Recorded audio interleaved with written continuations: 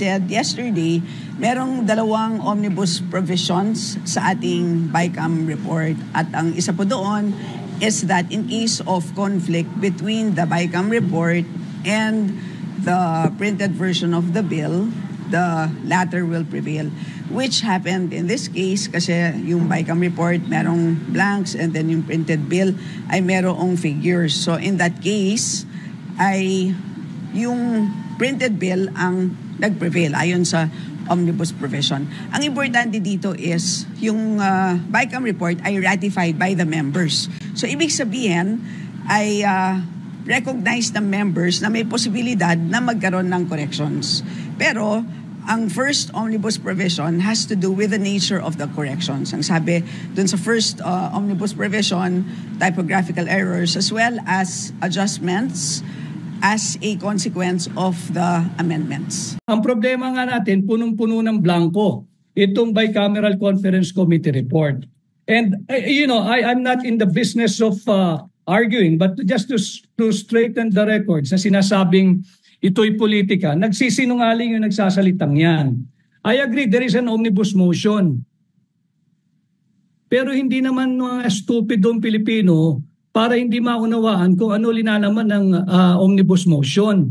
Ang sabi sa omnibus motion ay maaari lamang yung technical staff nila ay authorized to effect correction of typographical, isa, grammatical, pangalawa, and printing errors. Paano naging typographical ang blanco? Paano naging typographical ang blanco? Ang typographical, ang grammatical, at ang correction of mere printing errors does not involve the exercise of discretion. Saan ang halaga rito? Huwag tayo namang masyadong gawing bobo nung kongresistang nagsasalita na ito'y typographical or mere clerical or printing error.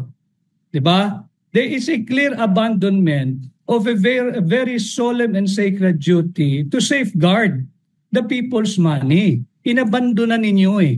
Kaya nga tayo nagsasabi, this is immoral, this is unconstitutional, and ito'y nangyari, I think, sa kauna-unahang pagkakataon. Talagang with impunity na yung pambubudol sa ating mga Pilipino. That's why we have decided to bring the matter to the Supreme Court, being the last bastion where rights will be settled and controversies may be heard.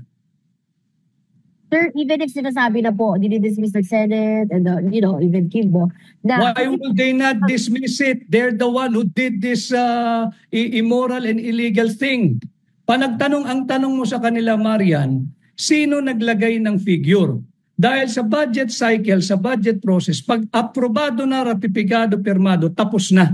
Wala nang gagawin kundi printing. Wala na. Bawal mag-erase, bawal magdagdag, bawas printing na lang. Ang tanong, sino nagpuno ng mga patlang? Wala nga amin. Why? Because that is criminal. That is falsification of legislative document. That is usurpation. Whoever that person may be is guilty of usurping the function of the legislative department of government. Kaya nga ang tanong ko, saan nangyari yung pagpupuno ng patlang? Sa Kongreso ba, sa mababang kapulungan, sa Senado o sa Malacanang?